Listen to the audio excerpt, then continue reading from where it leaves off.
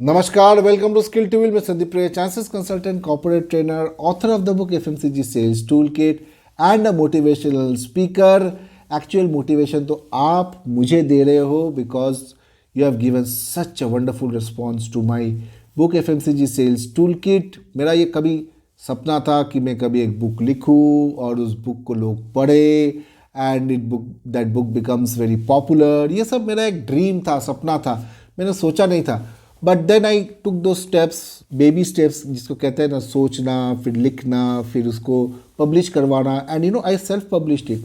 मैंने कोई पब्लिशर के थ्रू इसको पब्लिश नहीं किया, मैं खुद ही इसको पब्लिश किया, खुद ही इसको अमेजन में अपलोड किया and everything was done by me.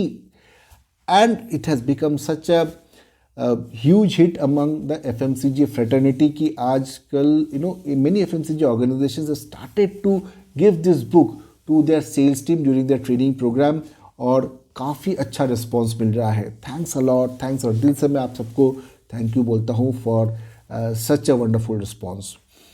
Now coming to the topic, which is how FMCG companies increase their profits. देखिए, I will talk about 4 things in this video. Number 1, premium product portfolio.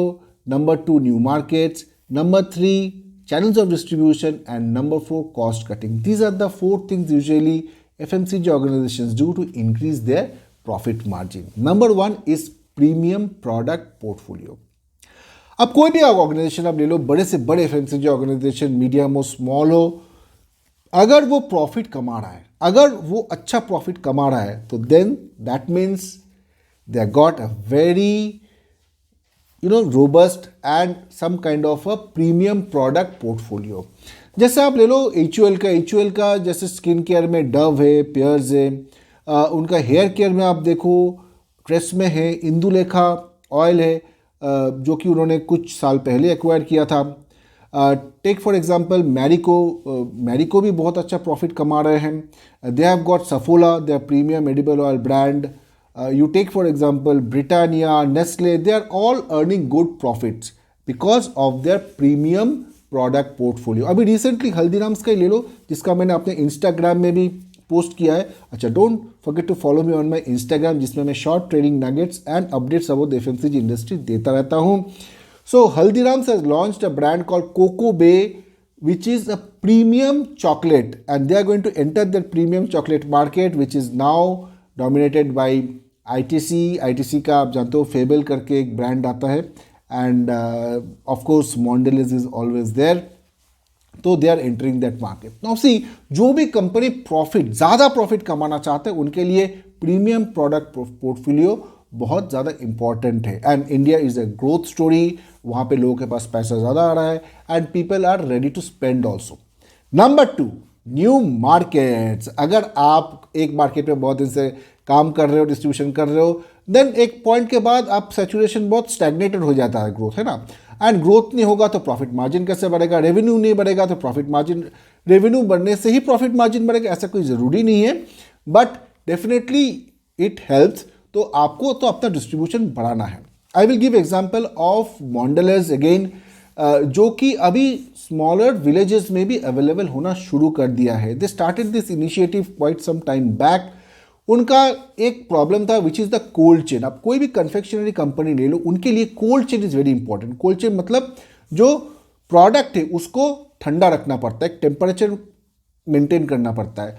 जैसे कि आप कोई दुकान में कोई confectionery खरीदने आते हो, आप देखते हो कि उसके ऊपर एक कैडबरीज का काउंटर टॉप है या फिर विजी कूलर है, जिसके अंदर आपको प्रोडक्ट्स दिखेंगे, बिकॉज वो उसका काम क्या है, it will maintain that confectionery product at a particular temperature. उसके लिए वो दिया जाता है. Now to make it available in villages was a very difficult task. तो उन्होंने वो इंफ्रास्ट्रक्चर बिल्ड किया है and they are making now Cadbury's products available even in villages. So this was about Mondelez, but not only about Indian domestic market. अगर आपको ज़्यादा profit कमाना है तो then you can also go to export market, international market, जहाँ पे कि there is the lot of organisations, medium scale organisation, खास करके हमारे इंडिया में, जो कि बाहर के मार्केट्स को टैप करना शुरू कर दिया, and they are also getting well accepted outside. Number 3 is channels of distribution.